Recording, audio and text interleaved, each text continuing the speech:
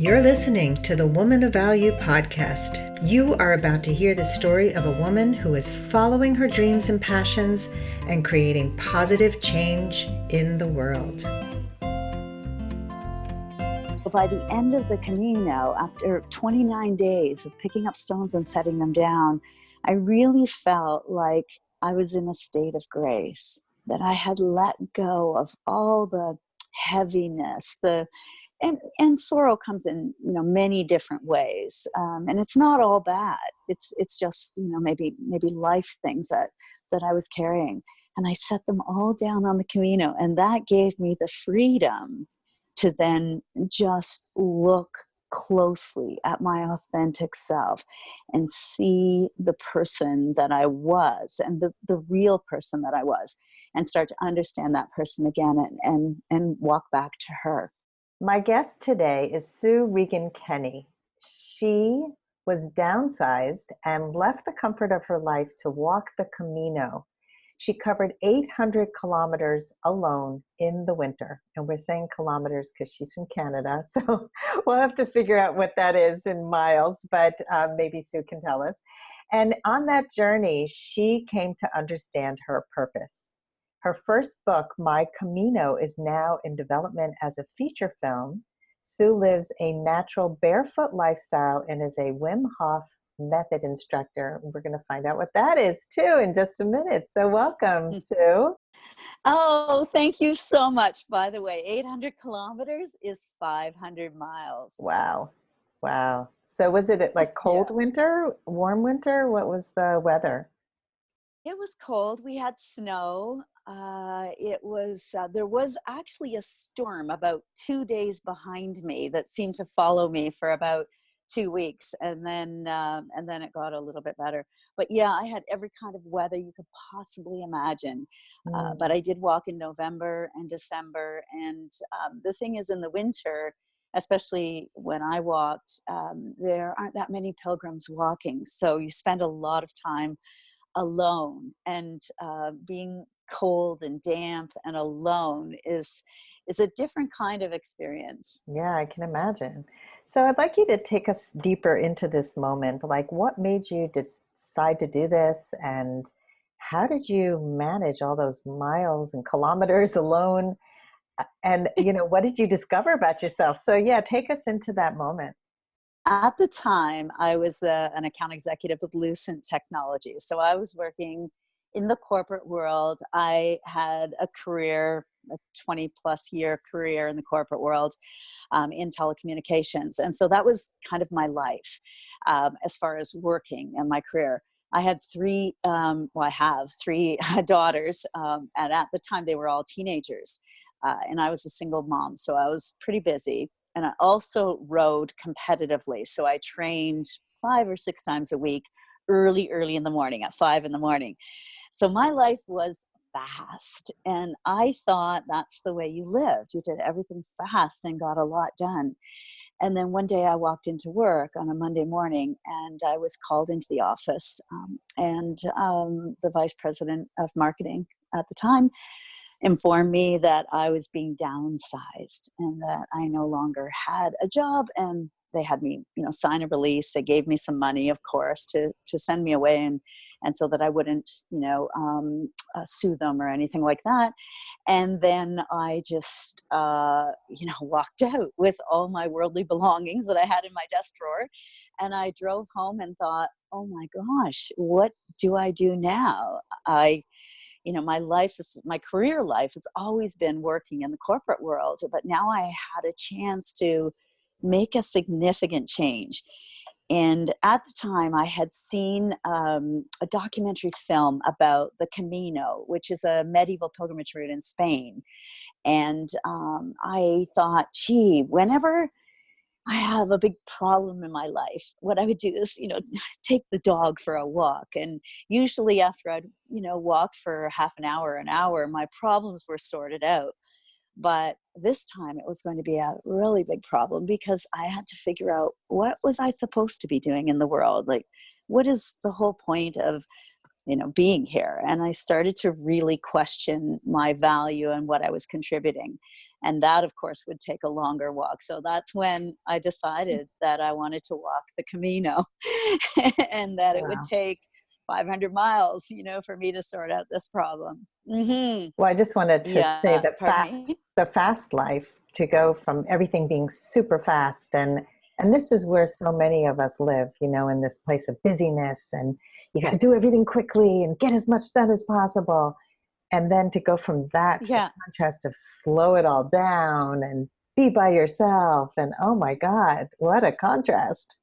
It was a huge contrast. And the whole idea of, going on a journey, a real journey, when actually leave the ordinary world and go to a place that isn't familiar. That's what I did. I couldn't speak the language. I didn't really have a guidebook. I had a list of refugios or albergues that were open in the winter, which was very few because they often closed around October 15th. So I had this list, and I had read that there were yellow arrows painted all along the way, and that for me to get to the destination, which is Santiago, Spain, because it's called El Camino de Santiago de Compostela, which means the way to the remains of St. James the Apostle, or the way to the burial place of St. James the Apostle. And that was the destination. And to get there, I could just follow yellow arrows. And so I thought, oh, well, this is perfect because I'm not really spatial. I don't like following maps, but yellow arrows, I could do that. So that's what sent me off 5 weeks after the day I was downsized. And I put a backpack on, got myself some new boots and equipment, filled up my backpack with way too many things, and, set out on my journey. And it was truly a journey that changed my life. So it sounds like a Cheryl Strayed wild moment that you had there, just setting out and going off into the wilderness. And so did you come up with some of the same kinds of obstacles where maybe the equipment was wrong, or there was pain, or what are some of the things that you came up against?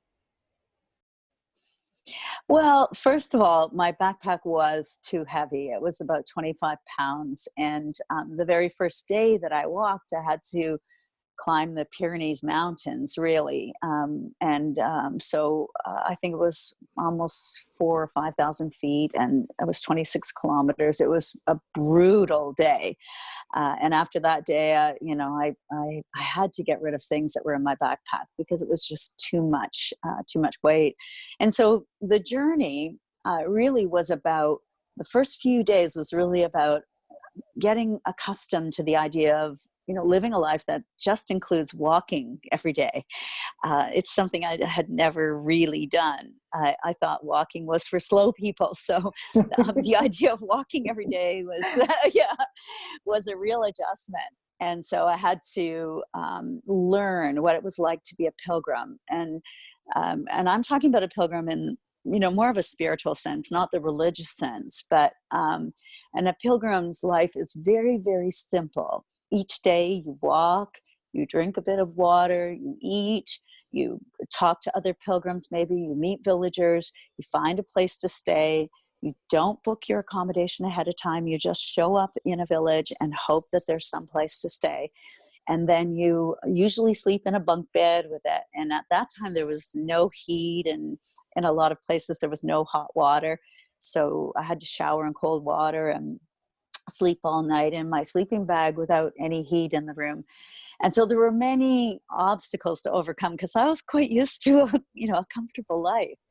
And what I learned was that by walking each day, I could let go of the things that I held on to tightly at home, the comforts, the conveniences, just the daily ritual at home was very, very different than what it was on the Camino. Mm. And so, yes, I accomplished so much just walking, and not having responsibilities gave me the chance to think quite differently about things. But it was really the people and the experiences that I had along the way that really impacted me greatly. I can't even imagine being out for that long. I mean, I have a brain that races, and it's hard for me to be alone with my thoughts, as I'm sure many of our listeners can relate.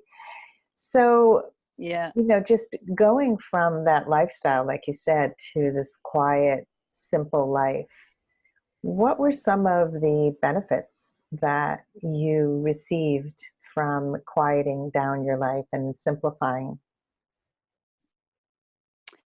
Well, first of all, I felt like I had no choice but to look at myself and to consider the thoughts that were going on in my head. Because when you're walking all day, like 7 or 8 hours a day, and often I was alone until I met some other pilgrims eventually. But even when I met other pilgrims, I didn't necessarily walk with them. I spent a lot of time alone. And so it forced me to really pay attention to what was going on in my mind. And I noticed almost right away that there were the same thoughts going through my mind over and over again. And so just being aware of what I was thinking about was an experience in itself. Because if we're aware of what we're thinking about, or if we're aware of a situation, then we can do something about it. But if we're not even aware, it's difficult to make any change. So I had to first let go of many of those thoughts. One of the ways that I did it was a pilgrim told me a story. I had seen like piles of stones all along the Camino, and I wondered why. And this pilgrim told me, he said that it is said if you pick up a stone and you put your sorrow into the stone, when you place it down, you leave some of your sorrow behind. Hmm. And I went on this Camino with many things. I was carrying a heavy backpack. I'm talking about, metaphorically, what was going on in my life and what I was carrying. And so the idea of being able to like set my sorrow down on the Camino was intriguing for me, because I thought, well, maybe if I set my sorrow down, then I could open up my heart for more love. And if I could open up my heart for more love, then maybe I could begin to understand what my purpose in life was. So the first day I picked up a stone, and I remember thinking that the pilgrim forgot to tell me like how to put my sorrow into the stone. So I just imagined it. And as I walked along, I rubbed the stone, and when the time was right, I set it down. When I put it down on the other pile of stones, right away there was this energy that moved from me, and it was almost as though my sorrow was really leaving me.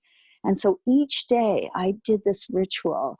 And even after I picked up a stone for myself, I wanted to pick up more. So I would pick up a stone for my children and for my mom and my dad and my siblings and friends that came into mine.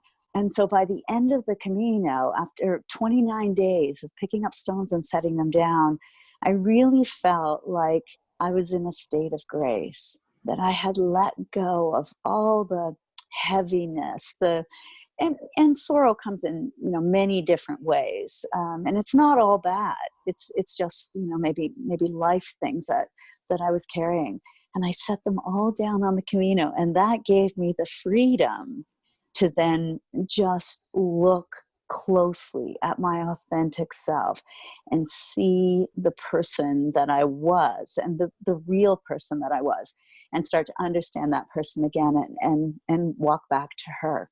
This is so beautiful. And I, Mhm. I could see your face lit up as you were talking about this. And I think, this is very similar to my path. And my TEDx talk was about removing the hard layers from my heart to let love in. And we Yeah. can't easily do that. It's not something you just say, oh, just open to love, because that's not how it works. But there is a way to Mm. do internal work to strengthen internally, to let things go in order to open up your heart. And you see the weight that so many people are carrying. You can feel it, as you meet somebody, they Yeah. just carry it and they want to share it with everybody and connect on the wounds and the hard stuff. And oh my God, let me tell you what I've been through. And it's like, it's so joyous to connect on the passions and the good stuff also, like really to focus mostly on Yes. that, especially when we're first connecting. So you're starting to look within and you're seeing parts of you that were covered. It sounds like you unveiled you. Yeah, and often, there were things that I saw that I didn't like, but there were also many things that I saw that I liked, aspects of myself or my values or, what I wanted to give back to the world or, things that I didn't have time in my busy life at home to think about, to really spend quality time thinking. And so walking every day gave me that time, Mm. to think and to, just go over what I really, who is it that I really wanted to be in the world and what did I want to do with my life? And walking is a powerful experience because you're actually moving forward. And, I've often said that, it took me 29 days to walk the Camino. And with each step I took forward, I walked back to my authentic self. And in the process of doing that, discovered that absolutely everything I needed was right here within me. But I couldn't find that at home. I had to let go and actually experience that journey in order to understand. So you had your Dorothy Wizard of Oz moment where she I reached home did. Yeah. and it's right here all the Yeah. time. And I That's just exactly it. and I think so many of us are out there looking outside of ourselves, and it is hard to believe until you see it. So what I want to know is like, what did you discover about yourself, and what were some of those truths? Well, one of the early ideas that I had was this idea of finding self love. My only interpretation of self love, well, I always felt like it was more selfish, more about looking after myself. So I had to like work through what self love was. And to understand that, as I said, I had to understand my authentic self and then learn to embrace that and be that authentic self. So I think the journey to self love for me was one of the most important outcomes of that particular walk. But also, I was in a country where I didn't speak the language. I, didn't really know the food that well. I mean, I knew a little bit, but the food was different. The terrain, walking every day and meeting villagers along the way. I think what it did was it opened up my mind, just in terms of the world. And because you walk through these little villages that you wouldn't see unless you were walking. They're not villages that you would drive through or that you would take a train through or a bus or anything like that. You would have to actually walk the Camino to be on these villages, to be in these villages. And so I had this beautiful opportunity to meet people who have been living, and it could have been like centuries of the same family looking after pilgrims throughout the years. And so I got to enjoy the very, very simple beauty and kindness of strangers. And it might be just, walking into a little village and, one day I walked in and this woman said to me in Spanish, and I was starting to sort of understand a little bit of Spanish, but she said, whatever you do, don't make dinner, don't make dinner, don't have dinner, because the village was going to get together and make us dinner. And that evening there were 5 pilgrims, and the villagers came in to the hostel where we were staying, and they brought all the food. They took over the kitchen and told us to go and lay down and rest. And then they proceeded to make this beautiful, like 5-course meal for us, complete with wine and water. And then they served it to us. And then they insisted that they clean up after us as well, that they wouldn't let us help with the dishes. And this is like the kindness of these people, because they honor pilgrims so greatly. They want to help them in any way possible. When I got home, I started thinking of people in my life and people that I met and strangers as the villagers, as the people and other pilgrims. And I thought, well, what if you what if you just open yourself up to giving more? And I started just being more generous, I think, and more open and accepting. And that had a profound effect on my life, because I mean, to this day, pilgrims will have each other, in our homes without a question. I mean, if you needed a place to stay and you wanted to go to Belgium and you knew a pilgrim who lived there, you could contact them and say, I'm coming into town. And they would say, oh, come and stay with me for sure. So we open up our homes, we open up our hearts, we open up our generosity to each other. And I found that the Camino is like a metaphor for life. You can take all the lessons that you learn on the Camino and then take them back home again and literally play them out in your life. And they work just as well.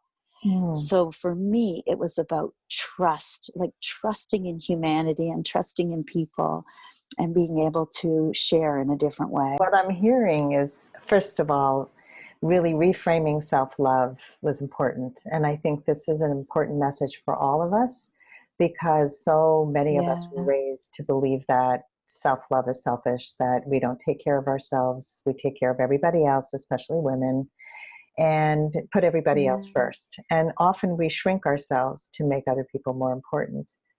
Because that's what you're supposed to do. You're supposed to be humble and noble and a martyr.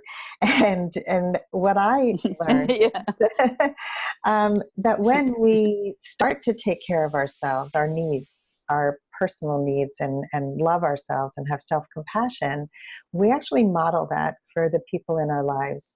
We model it for our children. We model it for everybody we're in relationship with. And we're basically teaching them not only how to treat us, but how to treat themselves. Yes, exactly. Yeah. Who was it? I think Marianne Williamson wrote in Nelson Mandela's inaugural speech, who are we not to shine brightly so that others may shine brightly too? It's an example, but it also gives others permission to do the same. Yes. Yeah. So I love that. And I can see the process, because this is often what I do with my coaching clients, that not just the self-love, but the really overcoming a lot of fears and putting yourself out of your comfort zone, getting yourself into a place where you don't know the language, you've never done this before, you don't know the people, you're all alone, you don't know the food, you don't know what's going to happen, and you're trusting. And so the trust is built. But I also want to touch on the unconscious bias that most of us have. I mean, I think all of us have it on some level. And I've been thinking about that a lot. And that word came up for me as you were learning about the pilgrims and learning about the people, the villagers, and realizing the commonalities. That's what's popping in my head, that we have more in common than we don't. And that connects us. So, and you're talking about connection with the pilgrims, opening your doors to people who have had a similar journey. So can you speak a little more to that, to connection and to overcoming unconscious bias? Yeah, well, I think, like I said, the Camino is like a metaphor for life. So everything that we experience on the Camino reflects back to our life. And one of the things that I learned early on, I met this pilgrim, his name was Dino, the Greek. And on the Camino a long time ago when I walked, we used to introduce ourselves by our first name and the country that we're from. So that's why I call him Dino the Greek. It's not as common today, but that's the way it was. And when I met Dino, he showed up and he had like brown leather pants. He had this red bandana around his neck. He had a huge backpack, and he was like just a wild character. And, he showed up and I immediately judged him. Immediately, I thought, oh my gosh, what is this about? Why is somebody on the Camino in leather pants? And, why is he acting the way he's acting? And I didn't like him. And then Dino came over and he introduced himself to me and he said, You know, Susanna, he called me Susanna. He said, on the Camino, some of us are going to become saints. And I said, oh, Dino, you know, you've got the wrong person. I'm not here to become a saint. I'm not here for a religious journey. I'm just, you know, I'm just walking the Camino, you know, for my own purposes, like for my own personal journey. And he said, oh, no, he said, I'm not talking about the meaning of the word saint in the way that you understand it from the church's meaning of the word saint. He said, I'm talking about the real meaning of the word saint. And I looked at him, I said, Dino, like, what is the real meaning of the word saint? And that's when he said to me, a saint is someone who faces their fear. Well, I knew on the Camino that I was going to have to face my fear. I was afraid of being alone. I was afraid of falling off the mountain. I was afraid of not speaking the language. I was afraid of being robbed. I was afraid of a lot of things when I walked the Camino. But I thought, if I could be one of Dino's saints, or his idea, not Dino's saints, but the idea of what Dino described as a saint, then maybe I could face my fear, and that would help me to overcome this idea that I wanted to contribute something greater to the world. And so Dino's a perfect example, because he taught me right away to stop judging, because we don't know what lessons or valuable information or experience we're going to get from somebody, or you know, something that will happen with that encounter if we open up our mind to the possibility that, you know, every single encounter in life is important and valuable, regardless of, you know, how insignificant it seems. And so I think with Dino, and with the idea of not judging people, and then of course not judging myself, because that was the second lesson. Once I stopped judging other people, then I realized I had to stop judging myself, and that became a part of you know, a big part of the journey. Dino the Greek, smart man. Yeah, he is.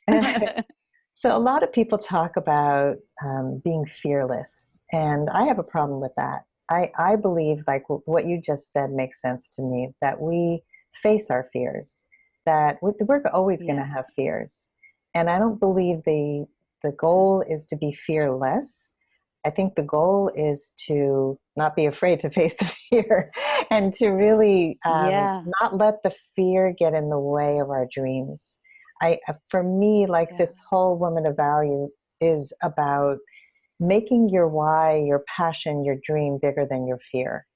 And often, because we have different kinds of fears, you know, there's the fear of like, well, you could fall off the mountain. That would be a real fear. If you fell off the mountain, that would be dangerous. But the chance of it happening is probably small. And if you're cautious, you know, you can limit the chance of it happening. But the other kind of fear is the fear of like going for something big, like publishing your book or having it made into a movie, or getting up on a stage and speaking about it. And that's where a lot of people shrink. And so we need to really work on those fears of keeping ourselves small. Like we said before, that we have to shine our light to help others shine as well. And I think, as I said, once I started to understand who my authentic self was, and really embrace that, and even recently, you know, as recently as maybe a year ago, I started to understand that when I was a child, I was in a nonconformist. You know, if everybody was standing, you know, upright, I was on my hands standing upside down. I was constantly doing things differently than everyone else. And over time, you know, as a child and then a teenager, whatever, over the years and in the corporate world, I started to conform, because society told me that if I conformed, then you know what, I would make more money and I would have more things. And if I made more money and had more things, then I could give more to my children than what I had. And I thought, well, isn't that what we all want to do? We want to give our children more than what we had. So I bought into that whole idea. And I really think that for me, you know, talking about facing fear was once I realized that, oh, okay, I could be that nonconformist again. I could be the person I authentically was or am, and be okay, and it's acceptable. And once I embrace that, then fear becomes something that shows up, of course, because it's normal to be afraid. But I would do it anyway. I didn't like stop myself because I was afraid. I just thought, okay, this is a part of the process.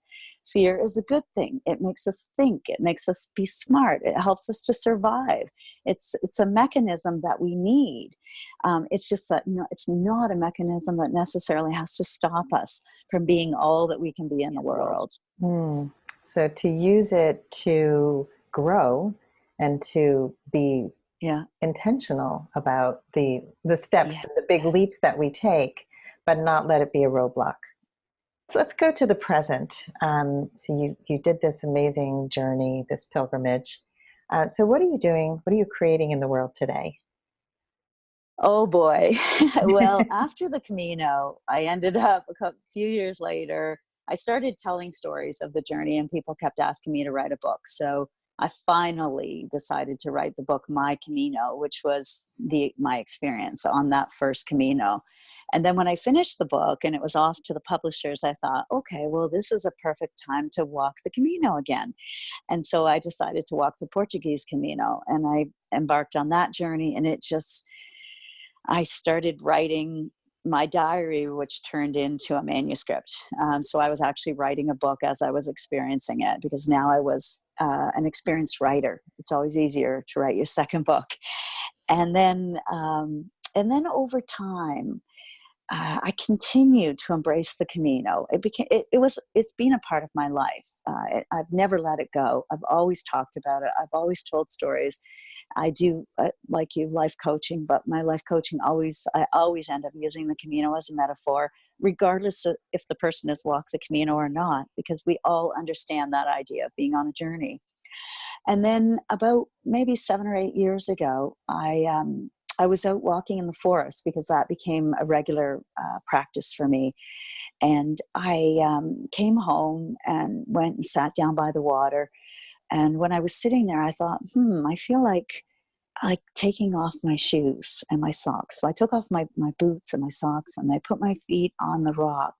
And as soon as I set my feet down, there was a surge of energy that went right through my body. And it was like a Kundalini charge. And I just kind of looked up at the sky and started to laugh because I realized that the next step on my journey was about going barefoot. And it was going barefoot so that I could be connected with the great Mother Earth, because she was really communicating with me in the forest. I was feeling a deep, profound connection with her. Um, I, I learned wisdom that I couldn't read in a book, but it just all of a sudden I knew things. And I knew that she was teaching me. And the best way for me to really connect with her was in my bare feet. So I started walking barefoot, and then I was running barefoot too. And like, it's not really running, it's more like a free movement in the forest. And I started doing handstands again. I started climbing trees again. And it was almost as though this inner child that I had found on the Camino was really coming out again in me as an adult, as a mature woman, really. And that I had this I don't know, this sort of impish way about me that I thought I had completely lost, and I found it again. Mm. So, but what happens when you go barefoot, out in the world, in the city, in restaurants, in stores? It's highly judged. It's incredible. People think that barefooting is unhygienic. They think that it's dangerous. They think you're going to hurt yourself. You're going to cut your foot on glass.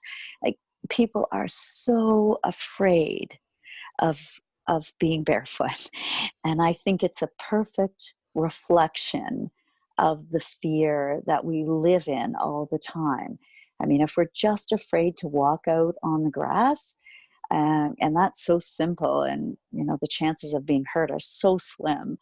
I can't imagine what else is going on in people's minds, if they're just thinking about barefooting as that dangerous. So I ended up designing a pair of shoes which don't have a sole. They're actually soleless shoes.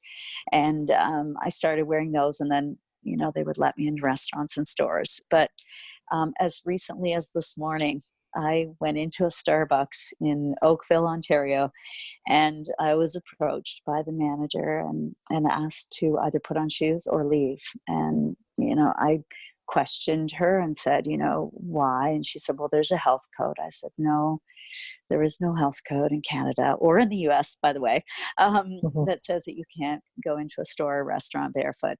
And I tried to explain it to her just kindly. And then I said, you know what, I'm going to leave. And so I left because that's where our society is, where we think barefooting is unhygienic. I would never shake your hand with my foot. I would never eat food with my foot. I don't put my foot on the table. But we do all of those things with our hands, and then we eat with our hands. And that seems to be acceptable. So for me, it's been a long time where I've educated a lot of people and just tried to encourage them to think about it in terms of connecting with Mother Earth, and not thinking about it in terms of being dangerous. Um, so that's been quite a I love journey. the inner Yeah, child but piece. That to me really resonates because I also grew up totally free. I write about it in my new website and my About page, because there was this yeah, free, wild child who loved to play in our backyard, which was a pine forest, and we had creeks that intersected, and it was full of adventure and creativity. And it was a great start for me because I'm an artist, and it really kind of brought out all of this wonder. And I think, again, yeah, over time, we conform. We have to figure out, like, or do we have to get married, and we're supposed to have children, and we're supposed to work and make this amount of money. And so recapturing your inner child is such a big part of adulthood. For so many of us, it's yeah. get back to play. And I have a client who's in Disney right now, and she went for her friend's 70th birthday party, which I love. And Oh, that's great. she posted a picture in our Facebook group of her just letting go, dancing, and she wrote at the bottom, I am not overthinking, I am having fun. And I could see the joy in her face because she was letting Yeah, go. It's like none of that second guessing. Am I going to be judged? Is it okay with everybody? And when we can live from that yeah. place, we're authentic human beings. So yeah, I love Mhm. that. And we're free. It gives you a sense of freedom. And, it's not so much that you're careless, but it's just this carefree approach to life. And so it's not about saying, well, I don't care what people think about me, because I do care at some level, Mm. but it doesn't bother me what people think about me. And that's a huge difference for me. That made all the difference in the world. I just say, it's okay. If you don't like my bare feet, I'm okay with that. Yeah. I'm really okay, because I know something. And what I know, I believe in because I've experienced it. Hmm. So it really helps to get through that. Yeah. And I think that also, if we're trying really hard to make everybody like us, we can't be true to Yeah. ourselves. It's just impossible. And No. so finding our voice is such a big part of this. It's the journey of Yeah. owning who we are, being okay. You're going to piss some people off. It's part of the package.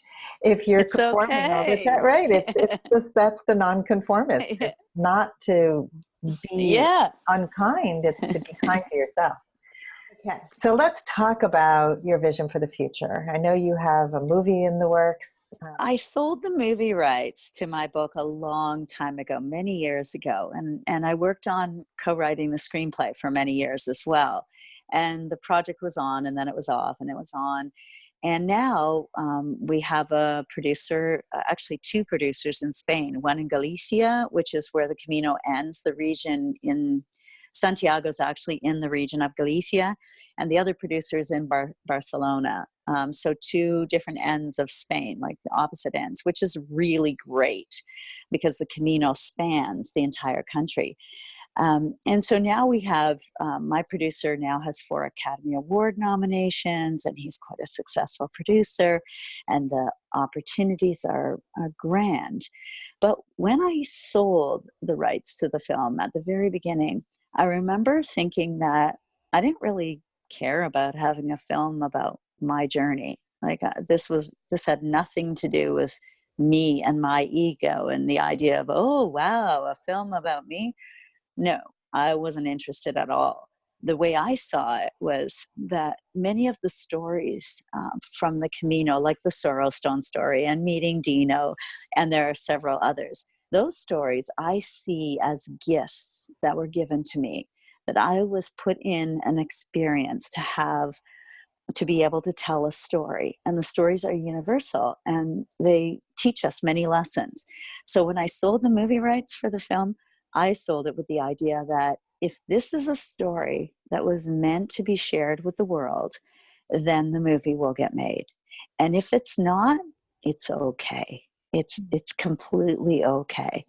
Well, interestingly enough, now after a decade or longer, the movie is getting. It looks like it's getting made, and the thing is that we are interested in a story about a woman who walked the Camino, and we're talking about a middle-aged woman. You mentioned Wilde earlier, and she was in her 20s. I mean, this is a story about a middle-aged woman with 3 teenage children.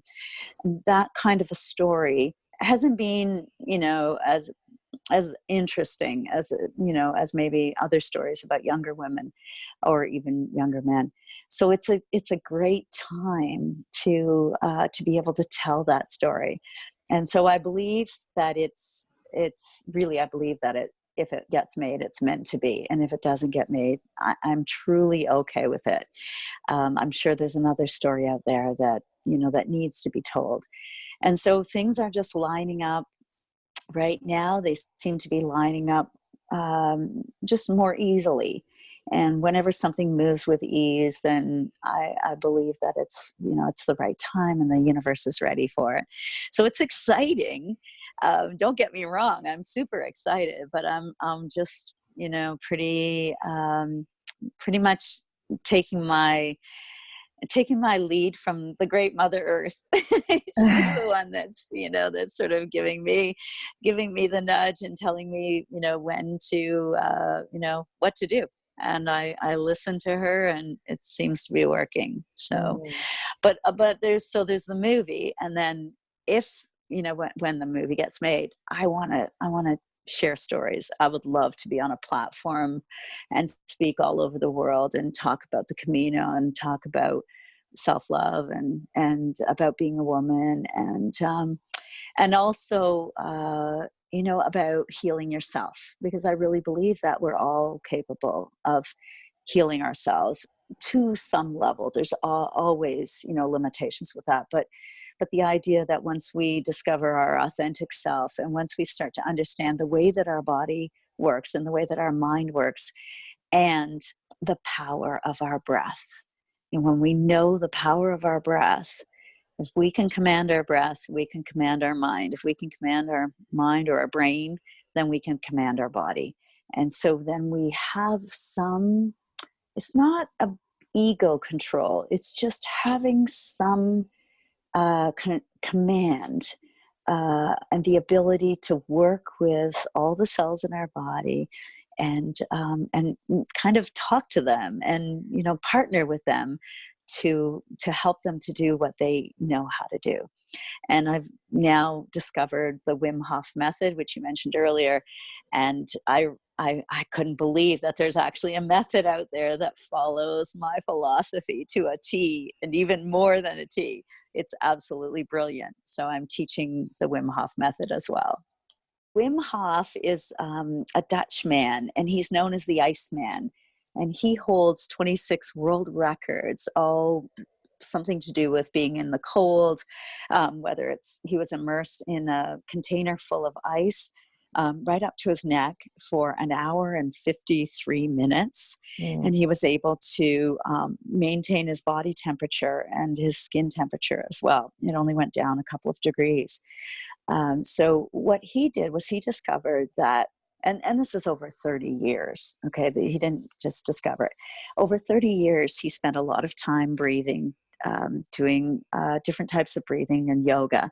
But he developed this one type of breathing method, which involves a cycle of 30 breaths where you take in a really strong, deep breath, and then you exhale only the CO2.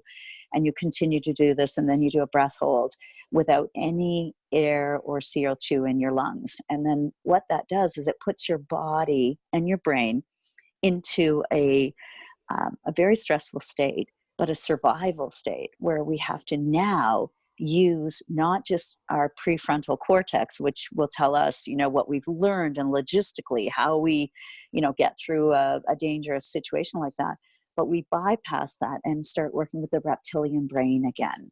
And so the reptilian brain gets to practice what it knows how to do. And through that practice, it starts to get stronger and stronger, and it can now, adapt. We can work with it. We can start to work with it. And then the other thing, there's 3 parts to his method. The second part is cold water immersion, which started with cold showers, but now you'll see me if you look on social media. I live on a lake and I have an ice hole cut, and I go and I sit in the ice water for 2 minutes and just sit in absolute peace, completely calm, allowing my body to adapt to the freezing cold water in a survival way. And when we practice that adaptation, then we can adapt to different environments. And then the third piece of the method is willpower. So really refining willpower so that you can use it to get you through life. And it's really all about, teaching, getting out of the way so that your body can do what it knows how to do.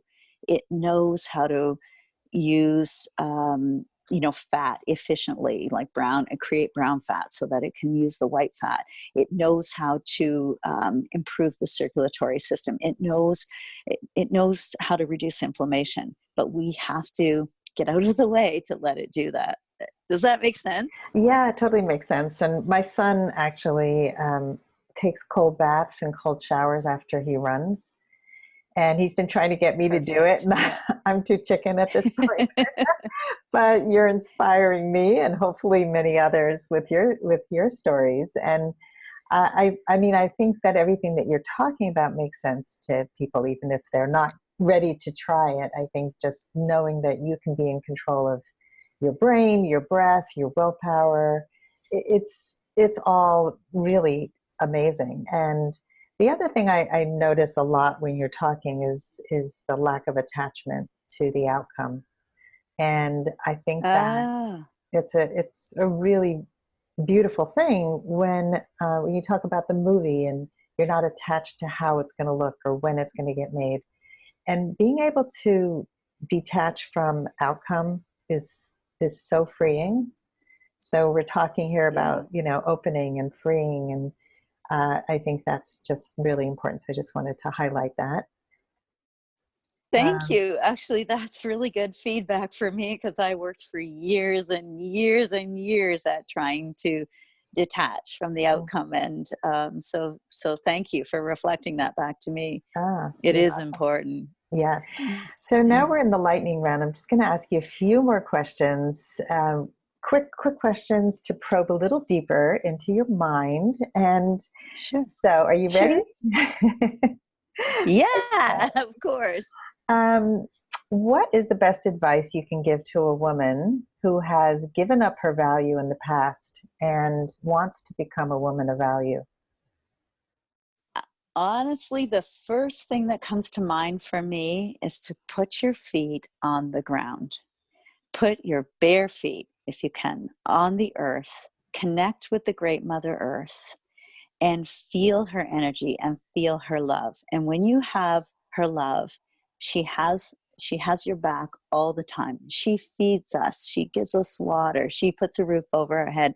She clothes us. She loves us. She heals us. And so what I have found is that by connecting with her, but just put your feet on the ground. And if you have snow right now, it's okay. You can go out, step in the snow, put your feet on the snow, and then just smile and laugh and go back indoors. But begin with grounding yourself, physically grounding yourself. And then from there, you have a strong foundation. And from that foundation, you can build and build and build. Do you have a book or books that you could recommend that have been helpful to you in your journey? Yeah, so the Seven Laws of Success is one of my favorite books Mm, by Deepak Chopra. okay. It's a little tiny little book. And, you talked about the law of detachment. He talks about the law of detachment. And it's easy. What I like about this book, and it's been out since the 90s. It's not a new book, but it's so easy to follow because you can just practice those, simple seven laws. And if you can get those figured out, or even three-quarters of them figured out, your life will change for sure. So I'm noticing a theme of simplicity here. I think we tend to overcomplicate Yeah. everything, right? It's, the whole journey has been from busy, busy, busy to slow.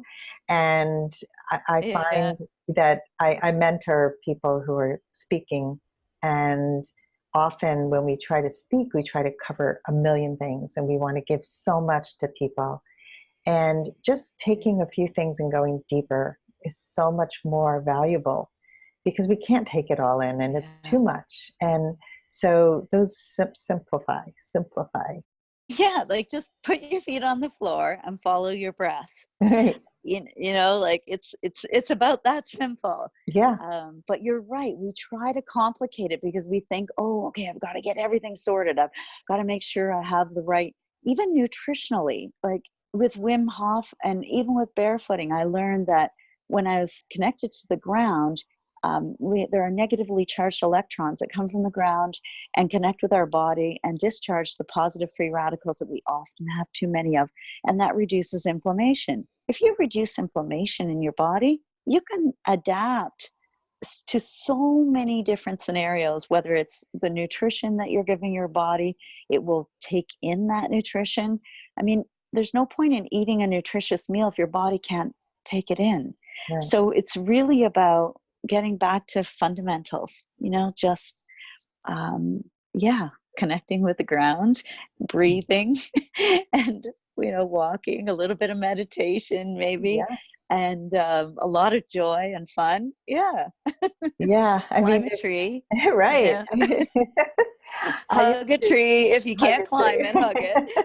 I used to do this thing in my backyard when I was little, where I would take like a little sapling and I would ride it like a cowboy, like a horse. And Oh, so I still wow. like I Yeah. remember that feeling of like just being wild and free. And so that's connecting with Mother Earth, connecting with nature. It's also very feminine. Yeah, A lot of people who want to get back in touch with their it femininity because we is. lose that. Like when you we're talking about the corporate world, that is our masculine energy. It's let's do, let's build, let's compete. And then when you tap into Yeah. the feminine power that we have, that so many of us mask, that's where so much of our true wisdom lies. So that nature is a great way to connect back to that too. Yeah, it is. And it's our authenticity that is our power. Yeah. It's the more authentic you are, the more powerful you are. So when we try to be something we're not, like we try to act masculine. When I was in the corporate world, I wore a suit. I acted like a man. I spoke like in the meetings. Nobody wanted to hear a woman, a woman's voice. You had to sort of mimic a man, Yeah. and I just like got to the point where I couldn't do it anymore. I didn't even know who I was, and it's nobody's fault. It's not like I'm saying, oh, it's all the guys, it's their fault. I bought into it. I went right into it head first. Yeah, because there weren't that many opportunities for me as a woman. I had to do that, or I felt like I had to. But today, no, we don't have to do that. Today, there are different options. And the more authentic we are, the more powerful we are. I agree. I mean, I'm such an advocate Yeah. for quiet leaders and women going back to being a leader with their warmth and their relational qualities, because that's what makes you, that's your Yeah. superpower, you know. And I think men are learning, their conversations are starting. I mean, it's really an exciting time. We have a long way to go, but we are coming into our own. I think the awareness is there, the consciousness is rising. And I think often men are blamed for the issues, and they're not to blame. I think that there's so much unconscious stuff that went on for so many years. And now that consciousness is rising, I think that we're all growing, that we're all capable of growing. I mean, you know, you can go to the opposite of the toxic masculinity, and that became a big topic of discussion. I think when you start polarizing in that way, we can get into trouble. But Yeah, yeah, I so agree. let's hear one of your favorite quotes. I know you mentioned a few great quotes during this interview, but do you have a favorite woman of value quote that you can share with us? Well, yeah, I love Marianne Williamson. I think that woman is absolutely brilliant, and I love the work that she does. And I love her speech that she wrote, Nelson Mandela's inaugural speech, where she says that, you know, who are we not to shine brightly so that others may shine brightly too? And I just think that, you know, sometimes we need to give ourselves permission to shine brightly. But by doing it, we get so much more from it because others shine brightly in front of us, and then it's reflected back to us. So it's like the gift that keeps on giving. It Mm, doesn't stop. yeah. Yeah. And one of my favorite quotes is also by Wim Hof. And, you know, what he said is he talks about the idea of feeling, that how important it is to feel something, and that feeling is understanding. And that in order for us to really experience something, we have to feel it. And the thing is, when you get into freezing cold water, there's no question you feel it. Hmm. There's no question everybody is afraid. Every time I get into the lake, before I step in, there's a little, you know, gush of fear that comes over me. And then I think, oh no, no, this is the great mother in her cold season. You know, it's a sensation. It's the great mother. And she's going to take care of us. I mean, obviously, to some degree, we have to be careful because you don't want to get hypothermia, but once you understand it, you can embrace the great mother in every one of her seasons, and she's Mm, going to teach us through that feeling. lovely. I first heard the Marianne Williamson quote in coaching school, and I have You done did. it. Yeah, I've put it into, made an art piece out of it actually. For a friend of mine hired me to do like the calligraphy, and I painted in watercolor these trees around it. So maybe I'll post it when I post the show notes. Oh, I just thought of a quote too that I often use, and it's by the Buddha. And it's again very, very simple. And what he says is, there is no way to happiness. Happiness is the way. Well, that means it's really not about what you do, it's about who you are being in the world.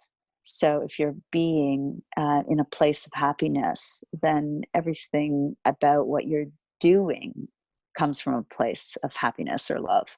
Mhm. Yeah, I just think that it's not about so much about what you do. It's about the place that you do that from, and the place Mhm. that you're being. Yeah, I think Einstein said something about how we see the world. We can either see it as hostile or friendly. It's the same world. And I don't remember the quote exactly, but it's all Yeah, perspective. It's how we see things. it And is. but Yeah. feeling too, and I love that you brought up feelings because in my work as a dating and relationship coach before I did this work, and I'm still doing that, I often people will say, "Oh, I don't know what to look for in a partner. How do you come up with your list?" And so today in my Facebook Yeah. group, I said, it's pretty simple. You figure out how do you want to feel with that partner, and then figure Yeah. out who he needs to be for you to feel that way. That's pretty much it. So Yeah. it's all based on feel. It's not a checklist of 6'1" and he has to have a full head of hair. No. It's really about, does it feel right? What's the energy exchange? Who do I become in his presence or her presence? All right, one Yeah. last question, and this is a big one. How would you like to be remembered, Okay. Sue? I think I would like to be remembered as a person who was accepting of people in the world, and someone who is compassionate and understanding and loving. And I know that's a big order to fill. And every single day I work at it. I haven't, I don't believe I'm there yet. And I even wonder if I'll ever be there, but that's how I would like to be Well, remembered. it sounds like you are being that so much of your life now, and I don't think that it's going to be a big stretch for you to be remembered that way.